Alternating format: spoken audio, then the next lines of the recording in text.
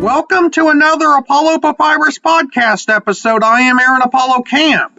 For this episode, my interview guest is the author of the historical fiction novels The Rebel Nun and The Candlemaker's Woman, and she has written numerous other novels, including Professional Lies, Thwack, Hacienda, and others, as well as the Johnson Station novel series. She has also written 3 romance books under a pen name.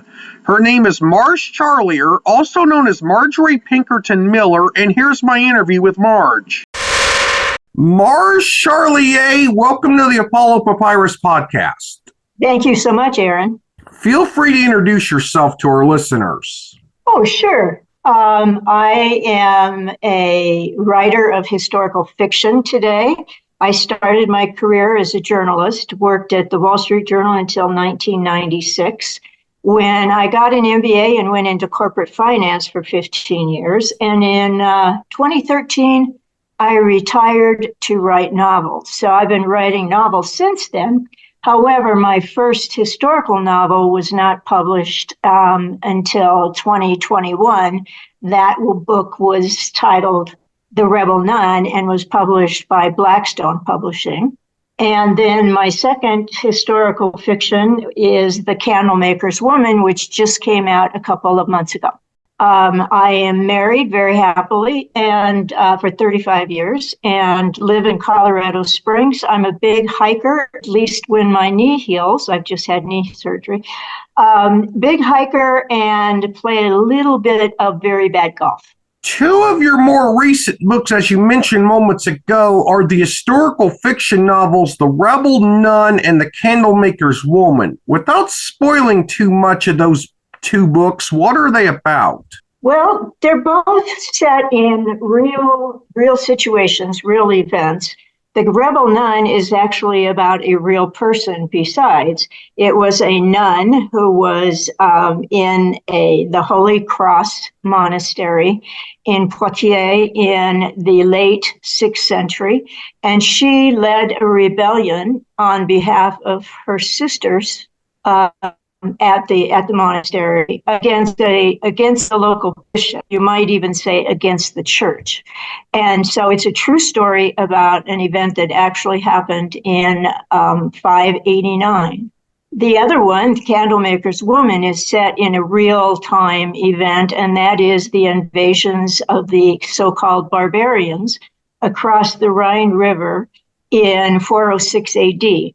And it's about a young woman who is sold into slavery by her tribe, the tribe is trying to win the favor of the Burgundians, who control a territory between the tribe's original homesteads at the Danube River, and they want to get across the Rhine into Gaul because they're being chased by Huns. They sell their daughter into slavery, and it's really her story, how she lives the years through slavery, becomes a very talented, skillful candlemaker, and in the end ends up saving not only herself, but her entire family. Some of your other novels that you've written as Marj Charlier include Professional Lies, Thwack, Hacienda, and the 3 books of the Johnson Station novels series. Without spoiling too much of those books, what are they about? Well, they're all about women of a certain age. I would say actually Professional Lies is about a younger woman. She's a professional golfer who has to give up playing golf as a profession and ends up becoming a high-end escort and then suffering through all of the ramifications of that choice. The Johnson Station novels are about women of a certain age who decide that the small town in Iowa where they live has been misrun and mismanaged by the old guard for too long, and they take over the period of 3 novels. They take over the governance of the community and help turn its economy around. Hacienda is about 3 women from Iowa. You might guess I'm from Iowa originally. But Hacienda is about 3 women from Iowa who go to Bolivia and buy an hacienda and and face a serial murderer as they are trying to renovate the Hacienda. And let's see, what does that leave? Thwack. Thwack is about a woman astrophysicist who studies the origins of the moon. And she is married to a very handsome and somewhat younger professor who ends up dead in her basement. And she is considered the primary suspect, and she herself doesn't even know if she murdered him. So those are kind of very contemporary novels about all focused on women heroines. You've written 3 books under the name Marjorie Pinkerton Miller, which are a couple romance novels, One Way to Succeed and No Way to Win, as well as the romance novella collection, Romancing the Dog. Without spoiling too much of each of those books, what are they about? Well, I use the name Marjorie Pinkerton Miller, which is my full first name, and my 2 grandmothers' last names, Pinkerton and Miller. I wrote under a different name because Marj Charlier is not a romance writer. She writes more contemporary fiction and historical fiction. So I wanted to keep the identities of the authorship different. They are the Romancing the Dog are 3 novellas that are really patterned after the plot development of a Hallmark novel, although the women are not quite so silly and the plot not quite so predictable, but they all involve dogs and wine, for that matter.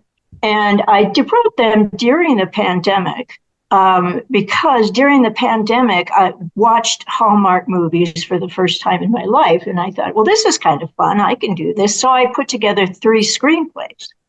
And once I got the screenplays done, I thought, well, what am I going to do with these? Nobody wants to read a screenplay. So I turned them into novellas and put them together in one book, Romancing the Dog. The other 2 I call them the Palm Springs Boutique Hotel romances, and they're about smart girls in Palm Springs who go to work in the boutique hotel industry. And they are romances, so they fall in love and they have happy endings. What draws you to writing historical fiction and romance? Well, romance, I don't write a lot of romance. That was kind of a pandemic thing. You know, we all needed some kind of silly release during the pandemic. But for historical fiction, I read a lot. I have a lot of historical, boring history books, almost textbooks, you would say. And reading them, I find all sorts of interesting stories buried within them. I have 2 more historical fiction books completed that I haven't gotten around to selling yet. I find the stories buried in our history, stories that people don't know about, stories people never heard about, that just provide a tremendous creative spark. And you want to explore the lives of the women involved in these events. And because they can't speak for themselves, they didn't write. Most women were not even literate at that time. They could not speak for themselves. So there's a great open space there. There's an opportunity to create a story, around these women that allows a lot of freedom for the writer. Yeah, the next question is going to be along similar lines, but it's going to be a little more specific. What draws you to writing historical fiction about the often overlooked era of late antiquity in the early Middle Ages, which would be around the commonly cited year of the fall of the Roman Empire, which is 476 AD? Right. What led me to write about it was as I was listening to some recordings on the great courses about medieval history, I found that I was surprised at the stories. I was surprised that in spite of my 3 college degrees, I knew so little about that time period. And it fascinated me, and I started reading more and more about it and realizing there were great stories there that nobody else was telling. if you want to write a World War II novel these days, a historical novel based in World War II or around the Holocaust or even around the Depression, you will find you are up against hundreds of thousands of books that are being written about those periods. If you want to write about something that nobody else is writing about, a good place to go is the late antiquity, early Middle Ages. Not very many people are writing about that period. It gave me a great opportunity to have my own little niche. As an historical fiction author, how much freedom do you give yourself with recreating the past through fiction? I don't give myself a whole lot of freedom about anything that you can find in history. In other words, if it's considered fact, historical fact, I don't change the historical fact. But these women's lives, there's very little known about them. So there's an awful lot of freedom there because nobody can contradict you. You know, there's nothing in the history books that really tells us what these women were thinking and why they did what they did. For example, the rebel nun is a true story. And the Bishop of the Bishop of Tours, wrote about it in his 10 books of history of the Franks. But he assumed that the reason she led the rebellion was because she was a spoiled girl and an illegitimate child of one of the kings at the time. There were 4 Merovingian kings at the time. So, you know, his interpretation, which is very biased and very based in what kind of religious message he was trying to send. His idea was that this was just a selfish young woman who wanted to exercise her royal privilege. I didn't see it that way. I mean, I thought, wait a minute, that can't be what it is, but it made sense that he would write it that way. So I thought, why would I, if I were there, why would I want to rebel? And as I looked into the history of the early monastery movement, I found that about the time this rebellion took place, the Catholic Church, the Pope in particular, was passing down edicts that the bishops in different towns were supposed to gain control over the female monasteries because there was a fear that these female monasteries were too independent and becoming too powerful. So that gave me a great motivation for Clotilde, the hero of the rebel nun, Clotilde, to want to rebel. She did not want her monastery to be taken over by the local bishop. The women were running it fine all by themselves, and they didn't need that interference. So that's the kind of thing that you find out when you start with an event and you dig into it, and then you think into the vacuum. You fill in the vacuum with what seems to be a plausible and interesting story. You've changed your approach to getting your books published from traditional publishing to self-publishing. I find that interesting because a lot of people, if they know anything about book publishing, they're more likely to find the story of an author who went the other way from self-publishing to traditional publishing. Why'd you go from traditional to self-publishing, and which of your books was the first to be self-published? Oh, the first to be self-published isn't even on the market anymore. I took it off the shelf. So I would say Hacienda, the South American novel, was the first one I self-published. I went from traditional publishing with The Rebel Nun to self-publishing The Candlemaker's Woman because between the time that I sold the book to Blackstone in 2019, I'm showing my age here, aren't I?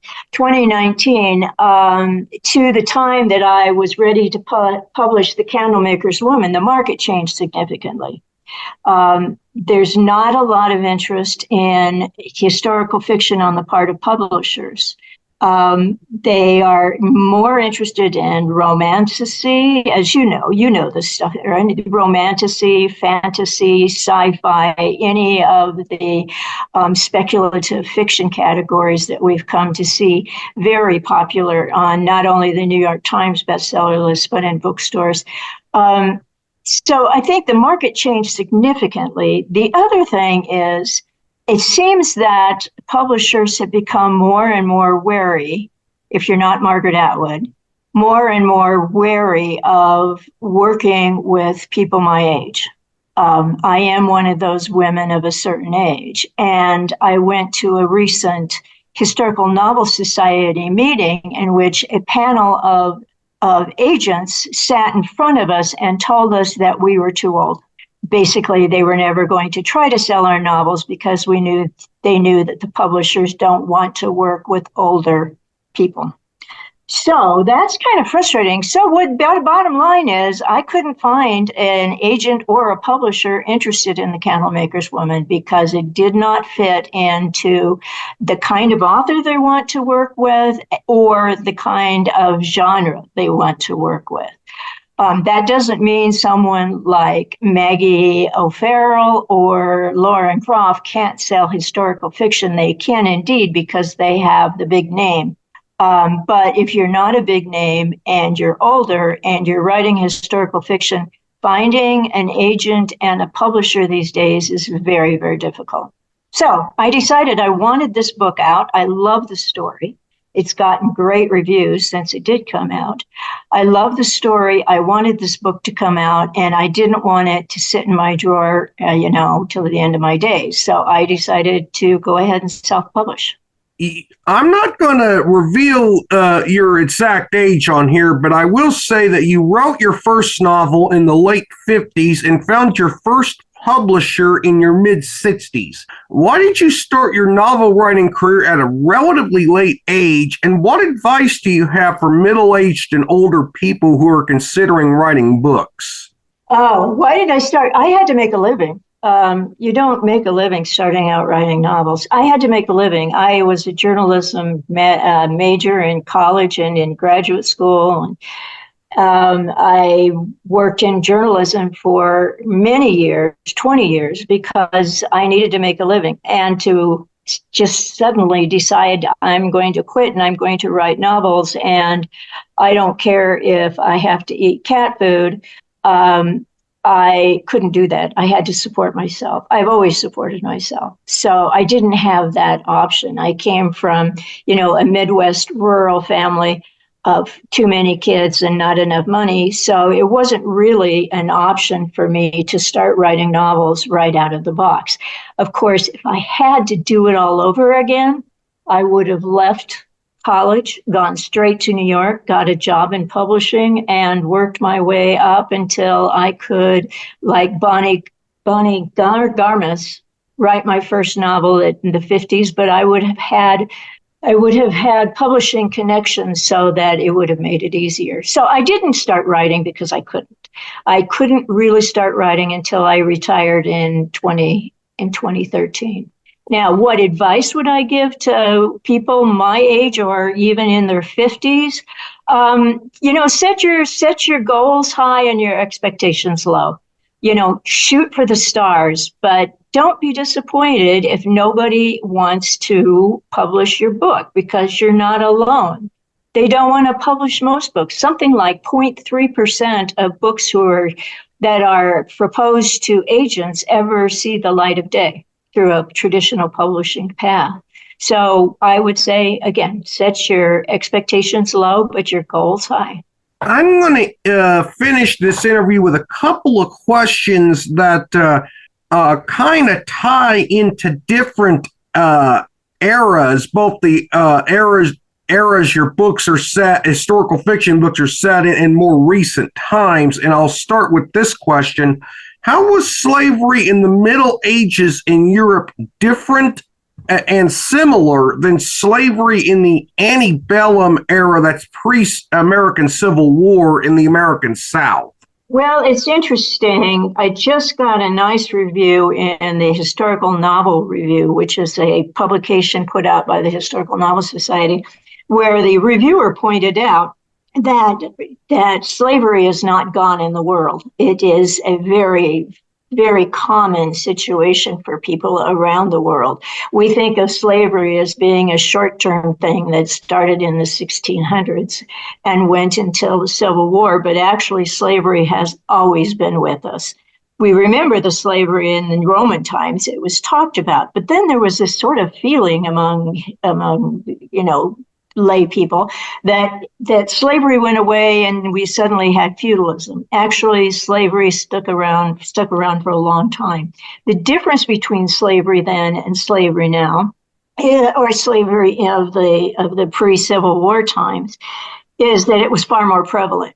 Some estimates are that a third of the people in Western Europe in the late antiquity and early medieval period were slaves. The other thing is different about it is that slavery was a more malleable situation. You could sell yourself into slavery to get rid of your debts. You could actually earn your way out of slavery, which obviously the slaves in pre-Civil War times did not have that option. You could work your way out of it. You also had perhaps more freedom of movement, and you would see that in the Candlemaker's woman.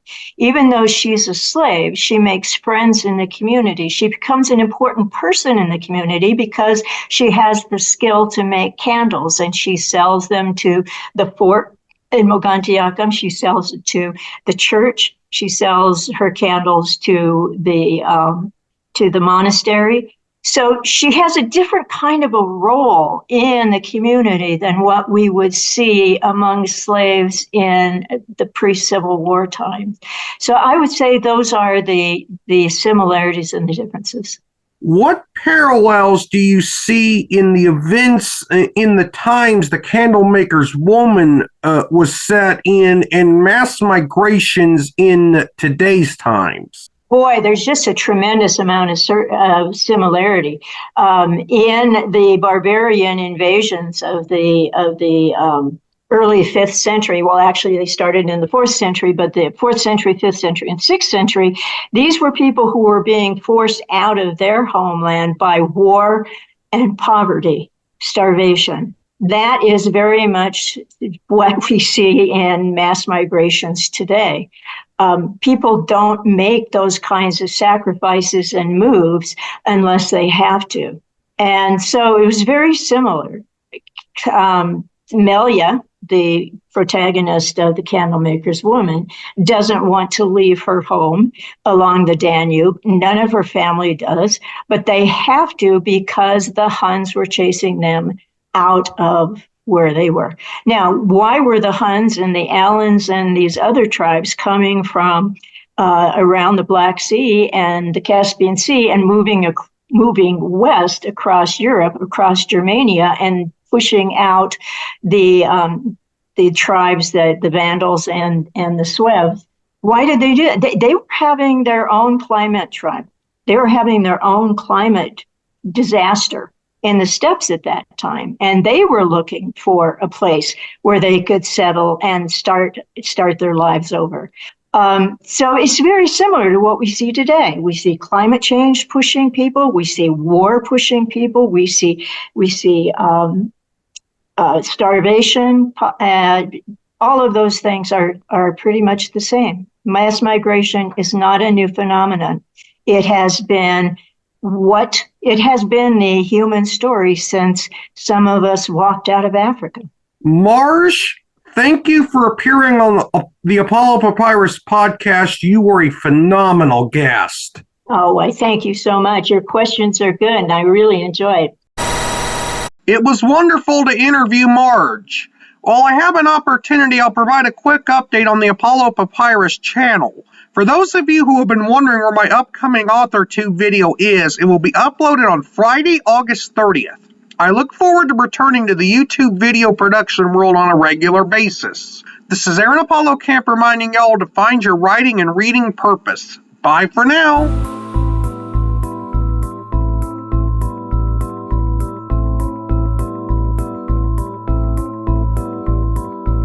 Copyright 2024, Aaron Apollo Camp, all rights reserved. This podcast episode is intended for the private listening of our audience. Any reuse or retransmission of this episode without the express written consent of the podcast host is prohibited, except under fair use guidelines. Royalty-free music and sound effects obtained from https://www.zapsplat.com.